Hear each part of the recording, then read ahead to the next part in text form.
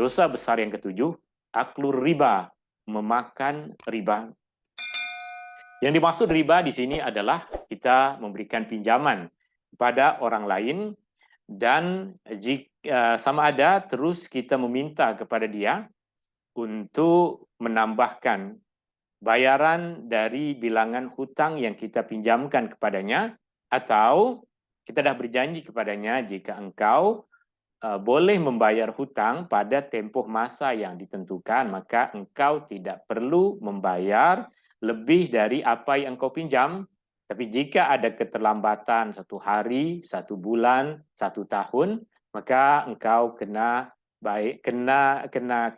denda, engkau kena bayar lebih dari apa yang engkau pinjam. Ini dua bentuk riba yang biasa diamalkan pada masa jahiliyah, dan ia adalah riba pertama yang diharamkan oleh Rasulullah Sallallahu Alaihi Wasallam. Maksudnya riba pertama yang diumumkan oleh Rasulullah Sallallahu Alaihi Wasallam ketika Rasulullah Sallallahu Alaihi Wasallam menguasai kota Mekah, maka segala amal perbuatan riba yang telah terjadi pada masa jahiliyah dihapus oleh Rasulullah Sallallahu Alaihi Wasallam, dan yang pertama kali hukum hakamnya dihapus adalah ahli keluarga Rasulullah Sallallahu Alaihi Wasallam sendiri. Di antara ahli keluarga Rasulullah Sallallahu Alaihi Wasallam al-Fadl pada masa itu adalah di antara Al-Abbas, misalnya di antara orang yang terkadang memberikan pinjaman kepada orang lain dengan riba. Maka Rasulullah Sallallahu Alaihi Wasallam membuat pengumuman bahwa sesiapa yang pinjam duit, pinjam uang kepada ahli keluarga Rasulullah Sallallahu Alaihi Wasallam, kaum kerabat Rasulullah Sallallahu Alaihi Wasallam satu ketika dahulu, dan dahulu ada tuntutan untuk membayar lebih, maka Rasulullah Sallallahu Alaihi Wasallam mansuhkan semua itu. Tiada bayaran yang lebih ke atas pinjaman yang dipinjam kepada kaum kerabat Rasulullah Sallallahu Alaihi Wasallam sebelum Rasulullah Sallallahu Alaihi Wasallam mengisytiharkan pengharamannya ke atas orang lain. Rasulullah mulakan dengan kaum kerabatnya terlebih dahulu. Berkaitan dengan riba, Allah Subhanahu wa taala berfirman di dalam Al-Qur'an surah Al-Baqarah ayat 278 279, A'udzu billahi minasyaitonir rajim. Ya ayyuhalladzina amanu taqullaha wa dharu ma baqiya minar riba in kuntum mu'minin fa illam taf'alu fa'dhanu biharbin minallahi wa rasulih wa in tubtum falakum ru'usu amwalikum la tazlimuna wa la tuzlamun. Wahai orang-orang yang beriman, bertakwalah kepada Allah dan tinggalkanlah saki-baki riba itu. Jika masih ada orang berhutang kepadamu dan mereka sudah lunaskan apa yang mereka wajib tunaikan, yang tersisa adalah riba, yang tersisa adalah faedahnya, maka tinggalkanlah saki-baki riba. In kuntum mu'minin, jika kamu semua beriman. Jika kita beriman, tinggalkanlah riba. Fa illam taf'alu, jika kamu tidak melakukannya, jika kamu tidak tinggalkan riba, fa'dzanu biharbin minallahi wa rasulih, maka isytiharkanlah peperangan antara kamu dengan Allah dan Rasulnya. Wa in tubtum, dan jika kamu semua bertaubat, falakum ru'usu amwalikum, maka pokok asal harta kamu tetap layak untuk kamu dapatkan. Berapa yang kamu pinjamkan kepada kawan kamu, itu adalah hak kamu yang tetap kamu berhak untuk mengambil darinya. Tapi apa yang lebih dari itu adalah diharamkan. La tazlimuna wa la tuzlamun. Kamu tidak patut menzalimi orang lain, dan orang lain pun tidak patut menzalimi hak kamu. Bahkan pada ayat sebelumnya, di ayat 275, Allah Subhanahu wa taala berfirman, alladzina ya'kuluna riba la yaqumuna illa kama yaqumul ladzi yatakhabbathu asyaitanu minal mas. Dzalika bi annahum qalu innamal bai'u mislur riba. Orang-orang yang biasa memakan riba nanti dibangkitkan di hari kiamat dalam keadaan seperti orang yang mabuk, karena seperti dalam keadaan seperti orang yang dirasuk oleh syaitan. Dzalika bi annahum qalu, kerana mereka mengatakan innamal bai'u mislur riba. Mereka mengatakan jual beli sama dengan riba. Tuan-tuan dan puan-puan yang dirahmati Allah Subhanahu wa taala, ketika kita menjual sesuatu kepada seseorang, tentunya apa yang kita jual ini sudah sekali dengan keuntungannya. Apa yang kita jual sudah sekali dengan keuntungannya. Kita beli barang dengan harga Rp10, kemudian kita jual barang tersebut dengan harga Rp30. Artinya, dari jual beli tersebut kita dapat keuntungan Rp20. Kita keluarkan modal Rp10, balik kepada kita menjadi Rp30. Apa bezanya dengan kita pinjamkan duit kepada seseorang Rp10, kita pulangkan, dia pulangkan, kita dapat Rp30. Apa bezanya? Di sini kita lakukan perkara yang sama. Keluar 10, dapat 30. Di situ pun kita keluarkan 10 dan dapat 30. Allah Subhanahu wa taala sebutkan di dalam ayat ini, wa ahallallahu al-bai'a wa harrama riba. Jual beli dengan keuntungan seperti itu Allah halalkan. Riba dengan keuntungan yang sama Allah Subhanahu wa taala haramkan. Maka nilai keuntungan bukan menjadi standar satu perkara dikatakan halal ataupun haram. Tuan-tuan dan puan-puan yang dirahmati Allah Subhanahu wa taala. Sebahagian dari tuan-tuan dan puan-puan suka beli nasi lemak di tepi jalan, harga Rp2, makan dengan ahli keluarga, sedap. Tapi ada sebahagian dari kita yang lebih selesa pergi ke kedai yang besar, kemudian kita order nasi lemak dengan harga Rp25. Yang satu Rp2, yang satu Rp25. Beza nilai harga bukan sesuatu yang bukan menjadi satu ukuran bahwa ini halal, itu haram. Bukan, jika kita puas hati dengan khidmat dari kedai makan itu, jika kita puas hati dengan sedapnya makanan dan pelayanannya, maka kita boleh pergi ke tempat yang mahal meskipun kita akan membayar dengan bayaran yang lebih dibandingkan dengan kita beratur di tepi jalan kemudian beli nasi lemak Rp2, itu terpulang kepada selera masing-masing, tidak menjadi standar halal dan haram, perbezaannya harga dan perbezaan keuntungan yang didapatkan oleh kedua pihak ini. Maka dalam riba pun akan seperti itu.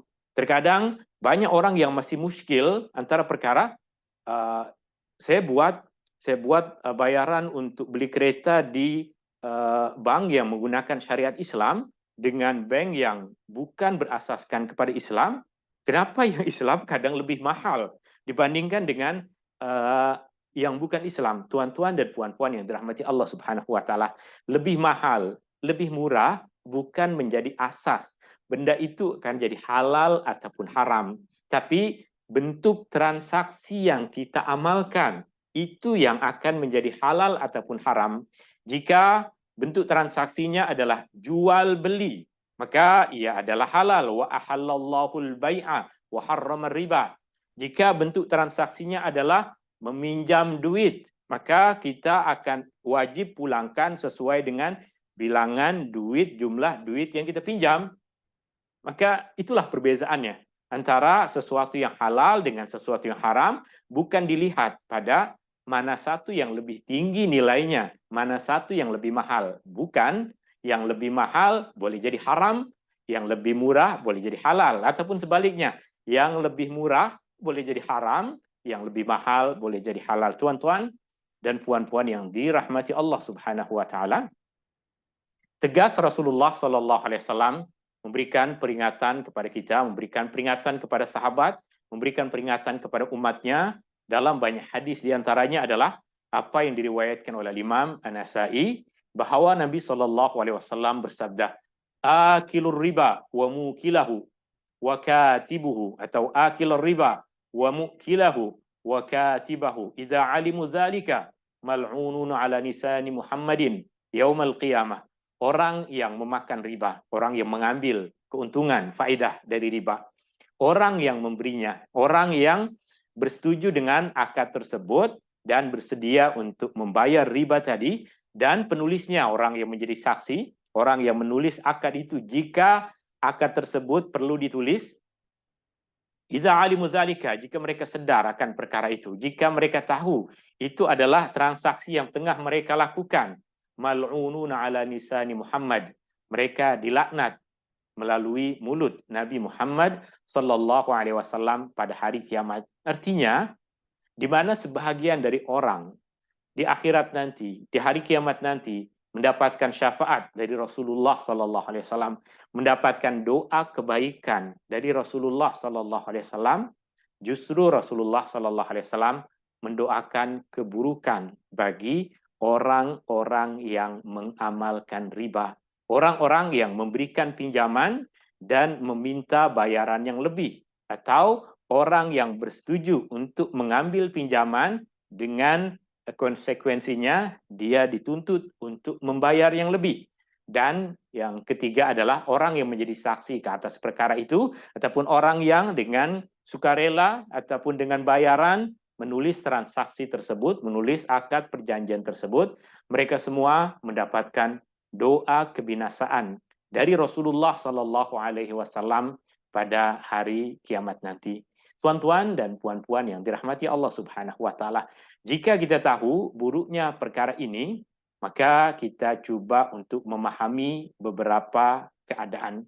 Tuan-tuan dan puan-puan yang dirahmati Allah Subhanahu wa Ta'ala, ketika seseorang memberikan pinjaman kepada kawannya dengan perjanjian bahwa hutang tersebut akan ditunaikan dalam tempoh masa 1 tahun, maka dalam akad pinjaman tersebut tiada apa-apa perjanjian yang lain, tiada tambahan, tiada bunga, tiada faedah, tiada keuntungan apapun.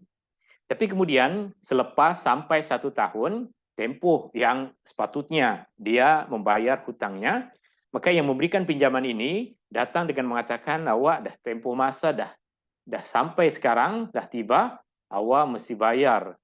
Tuan mesti bayar hutang yang tuan pinjam dulu kepada saya. Maka tuan itu mengatakan, maaf, saya tak ada duit. Maka yang memberikan pinjaman lalu mengatakan, oke, saya berikan tempoh masa 5 bulan lagi. Saya berikan tempoh masa 5 bulan lagi. Tapi duit sebanyak itu, jika saya gunakan pada perkara yang lain, saya dah dapat keuntungan.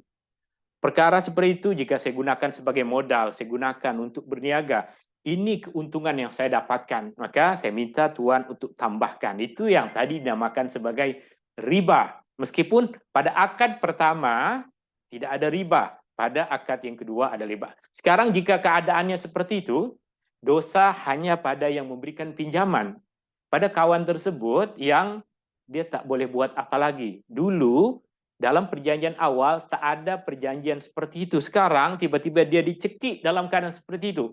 Maka dosa dan kesalahan hanya ada pada satu pihak. Dosa dan kesalahan pada perkara ini hanya pada satu pihak. Yang ada dalam hadis ini adalah jika sejak awal akad lagi sudah ada persetujuan antara kedua belah pihak ini. Sekarang kita berpindah kepada contoh bentuk yang kedua. Fulan memberikan pinjaman kepada kawannya dalam tempoh masa 1 tahun, dan ketika tiba 1 tahun, dia datang untuk menunaikan hutang. Tapi dia sedar bahwa kawannya yang pinjamkan duit ini ikhlas. Kawannya yang pinjamkan kepada dia duit ini baik. Orang lain tak ada yang berani untuk pinjamkan duit kepada dia, sehingga dia boleh berniaga, dia boleh menyelesaikan banyak masalah keuangan dia. Maka dengan sukarela dia bayar lebih. Tanpa ada akad sebelumnya, tanpa ada kebiasaan sebelumnya, dia rasa sangat bertuah. Ada kawan yang berikan pinjaman itu, maka dia bayar lebih. Sebanyak apapun dia bayar lebih, maka ia tidak dinamakan sebagai riba. Kenapa tidak dinamakan riba? Karena ia tiada dalam akad. Dan ianya dilakukan secara sukarela oleh orang yang meminjam duit tadi karena rasa bahwa kawannya itu telah banyak memberikan bantuan kepada dia, telah memberikan pinjaman kepada dia sehingga dia boleh membuka satu bisnis, satu perniagaan, satu jalan untuk mencari nafkah. Maka sebagai bentuk kesyukuran dia tambahkan bayaran, transfer lebih, kemudian dia berikan lagi hadiah, dia berikan lagi free gift, dia bagian banyak itu tidak dinamakan sebagai riba. Rasulullah Shallallahu Alaihi Wasallam pernah mengatakan sebaik-baiknya orang yang berhutang di antara kamu adalah orang yang paling baik ketika menunaikan hutangnya. Ini tidak dinamakan riba. Tuan-tuan dan puan-puan yang dirahmati Allah Subhanahu wa taala. Juga di antara perkara yang bukan riba adalah kita mengambil keuntungan dari jual beli. Kita mengambil keuntungan dari jual beli. Kawan kita mampu membeli sesuatu tapi dia tidak ada duit cash. Kemudian kita datang kepadanya, awak boleh hutang kepada saya. Saya belikan barang ini untuk awak boleh gunakan dan awak boleh bayar setiap bulan Rp200 selama tempoh masa 2 tahun. Artinya dia sudah kira berapa keuntungan yang dia akan dapat jika dia jual barang tersebut kepada kawannya dengan cara berangsur membayar setiap bulan Rp200, Rp200, Rp200 selama tempoh masa 2 tahun selama tempoh masa 3 tahun, maka kawannya pun bersetuju, maka itu adalah akad jual beli hutang. Akad jual beli yang bukan tunai, tapi akad jual beli dengan bayaran berangsur, akad jual beli dengan bayar dalam bentuk hutang, ia adalah perkara yang dibolehkan. Lalu jika demikian, kita nak tengok rumah dan kereta yang kita beli itu dalam bentuk hutang, ia ada pada bentuk akad yang mana satu. Jika kita datang ke bank, membuat pinjaman uang, bank berikan kepada kita uang, dan kita dituntut untuk memulangkan uang itu kepada bank yang tentunya dengan bilangan yang jauh lebih banyak. Kita pinjam 1 juta, kita pulangkan Rp1.600.000, kita pulangkan 2 juta. Pinjam 1 juta, balik 2 juta.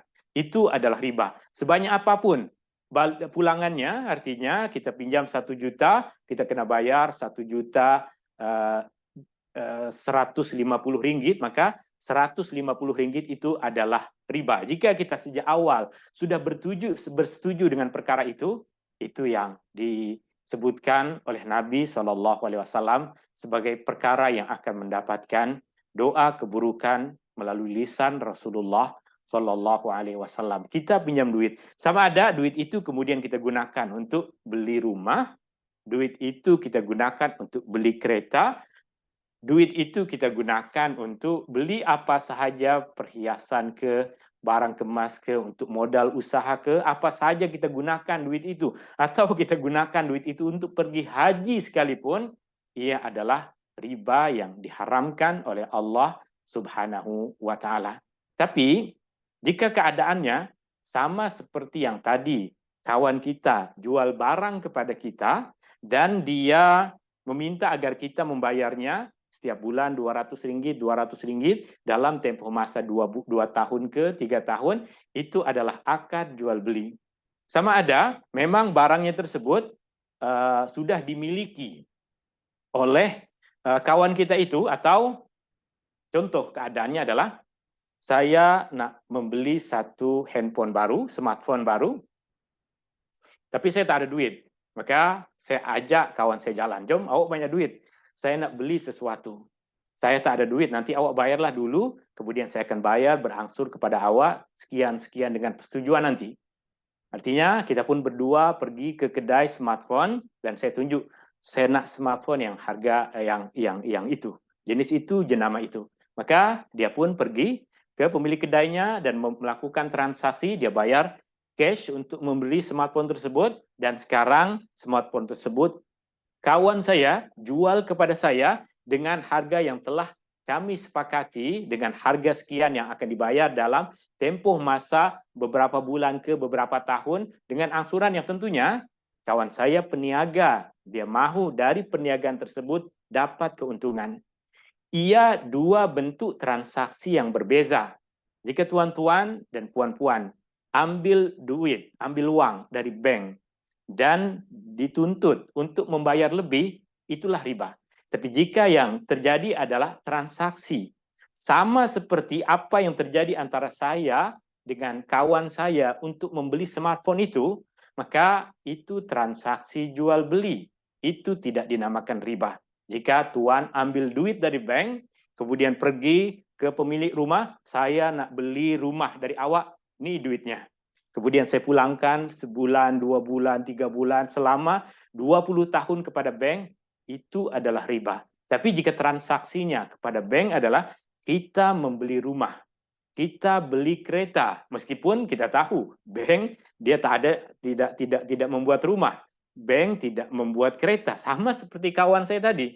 Kawan saya tak ada kedai smartphone, kawan saya tidak ada kilang smartphone, tapi dia beli smartphone tersebut, dia hutang ke itu urusan dia dengan peniaga. Yang jelas transaksi saya kepada kawan saya adalah saya ambil barang tersebut dengan perjanjian kepada kawan saya untuk dibayar dalam tempoh masa beberapa bulan atau beberapa tahun. Maka tuan-tuan dan puan-puan yang dirahmati Allah Subhanahu wa taala, tengok bagaimana akad kita kepada bank tersebut. Adakah kita ambil duit dari mereka, kemudian kita pergi ke kedai kereta dan kita beli kereta yang kita suka, lalu kita pulangkan duit kepada bank ikut kepada tempoh masa yang telah ditentukan, atau kita buat transaksi untuk membeli kereta kepada bank tersebut dan kita membayar hutang pembelian. Itu yang membezakan antara wa ahallallahul bai'a wa harramar riba. Allah halalkan jual beli dan Allah haramkan riba. Bagaimana pula jika harganya lebih mahal? Harga lebih mahal jika kita pergi ke kilang langsung dan terus beli cash, memang akan jauh lebih murah. Sekarang kita pergi membeli barang tersebut dari pihak ketiga, dari kawan saya, dia nak dapat keuntungan, maka tentunya dapat keuntungan jika sama-sama ridha, sama-sama puas hati, tiada paksaan dalam jual beli, maka perkara itu adalah perkara yang dihalalkan, perkara itu adalah perkara yang dibolehkan. Sama ada kawan saya ni muslim atau bukan muslim, ia perkara yang sama dalam transaksi jual beli pada perkara-perkara yang halal untuk diperjualbelikan. Maka tak kira yang jual adalah muslim ataupun tidak muslim, ia adalah perkara yang halal, ia adalah perkara yang dibolehkan. Semoga penjelasan yang ringkas ini boleh memberikan kepada kita kefahaman tentang perbezaan antara riba dan bukan riba dalam pinjaman rumah dan kereta. Jika yang kita pinjam dari bank adalah duit dan kita dituntut untuk bayar lebih, itu riba. Tak ada keraguan pada itu riba. Jika transaksi kita dengan bank adalah nak beli rumah dan kita tak dapat apapun duit, dia tak transfer apapun duit kepada kita, yang dia berikan kepada kita adalah kunci rumah atau ini surat yang membenarkan awak untuk ambil kunci rumah, maka kita tak ada transaksi duit dengan dia, kita terus ambil barang dari dia, terima barang dari dia, dan kita bayar hutang secara berangsur. Ia bukan riba. Wa ahallallahul bai'a wa harrama riba. Tapi banyak sangat diambil keuntungan. Tuhan bersetuju untuk dia dapat banyak keuntungan, sama seperti Tuhan tadi yang pertama, dia pergi beli nasi lemak 25 ringgit. Kawan saya pergi nasi lemak 1,5 ringgit, dia dah puas. Artinya kepuasan tentang apa yang kita beli, berapa banyak keuntungan yang didapatkan oleh peniaga, itu bukan sesuatu yang menjadi pembeza antara yang halal dengan yang haram, riba ataupun bukan riba. Ia terletak pada bagaimana bentuk akadnya. Akad jual beli barang, lebih mahal, lebih murah, itu jual beli. Pinjam duit, dibayar lebih, itu riba. Sama ada jika kita ambil pinjam duit, faedahnya hanya sedikit. Tapi jika kita terus beli rumah, maka jumlah yang saya mesti bayar akan lebih banyak, lebih sedikit. Nilai dari satu harga tidak menjadi standar. Ia adalah perkara yang bukan penentu halal ataupun haram. Wallahu ta'ala a'la wa a'lam.